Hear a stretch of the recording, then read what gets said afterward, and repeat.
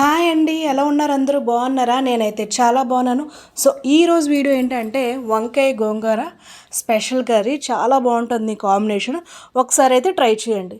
So late చేయకుండా వీడియోలోకి వెళ్ళిపోదాం. సో దీనికోసం నేనైతే 2 టేబుల్ స్పూన్ల వరకు ఆయిల్ అయితే యాడ్ చేసుకున్నానండి. ఆయిల్ మాత్రం కొంచెం ఎక్కువే పడుతుంది. ఎక్కువ వేస్తేనే మీకు కూర అనేది చాలా బాగుంటుంది. ఒక మీడియం సైజ్ ఆనియన్ అయితే కట్ చేసుకుని ఇలాగ మనం వేసేసుకోవాలి. తర్వాత నేను తెల్ల వంకాయలు వాడుతున్నానండి.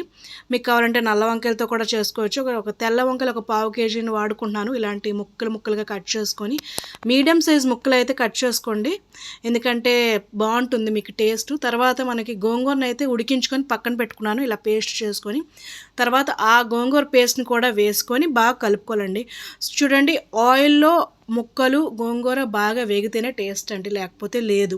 తర్వాత ఉప్పు అయితే ఒక టేబుల్ స్పూన్ యాడ్ చేసుకోండి. తర్వాత కావాలంటే కొంచెం అడ్జస్ట్ చేసుకోవచ్చు. సో ఉప్పు ఒక టేబుల్ స్పూన్ యాడ్ చేసుకున్నాక బాగా కలుపుకోవాలండి.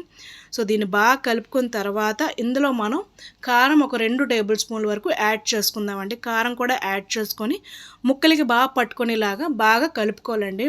ఆయిల్లో బాగా వేగాలి ఫస్ట్ ఈ కూర అనేది. ఈ ముక్కలు బాగా వేగితేనే మీకు కూర టేస్ట్ అనేది చాలా బాగుంటుంది. సో మూత పెట్టుకొని కాసేపు అయితే ఉడికించుకోండి, ఒక 5 నిమిషాలు. సో దగ్గరే ఉండాలి, లేకపోతే మాడిపోతుంది.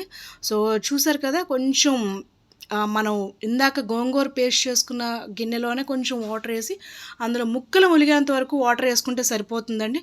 అంతకు మించి అయితే అవసరం లేదు. సో మూత పెట్టుకొని ఒక 10 నిమిషాలు అయితే హై ఫ్లేమ్లో ఉడికించుకోండి. మీకు బబుల్స్లో వస్తాయి కదా. సో ఇప్పుడు దీన్ని మనం ఒక 20 నిమిషాల నుంచి 30 నిమిషాల వరకు మీడియం ఫ్లేమ్లో మగ్గించుకుందాం. అస్సలు వాటర్ ఉండకూడదండి, వాటర్ లేకుండా ఈ కూర అనేది ఉండాలి. సో నాకు ఇంకా కొంచెం వాటర్ కనిపిస్తుంది కదా, మూత పెట్టుకొని కాసేపు అయితే ఉడికించుకుందామండి. మనకి అసలు వాటర్ అనేది ఉండకూడదు. కొంచెం నాకు ఉప్పు తగ్గినట్టు అనిపించింది, అందుకే కొంచెం సాల్ట్ అడ్జస్ట్ చేసుకోవచ్చు. మీకు ఉప్పు కారం అనేది మీ టేస్ట్ తగ్గట్టు మీరు వేసుకోండి. సో చూసారు కదా, ఈ కర్రీ అయితే రైస్ ఐటెంలో మీకు సూపర్గా ఉంటుందన్నమాట. ఒకసారి ఈ కాంబినేషన్ ట్రై చేయండి. ట్రై చేసి నాకు కమెంట్ చేయండి, లేకపోతే ఈ కాంబినేషన్ ఇంతకు ముందే మీకు తెలుసుంటే అది కూడా కమెంట్ చేయండి. సో చూసారు కదా, అసలు వాటర్ అనేది లేకుండా ఇలా చేసేయాలన్నమాట. సో బాగుంది కదా.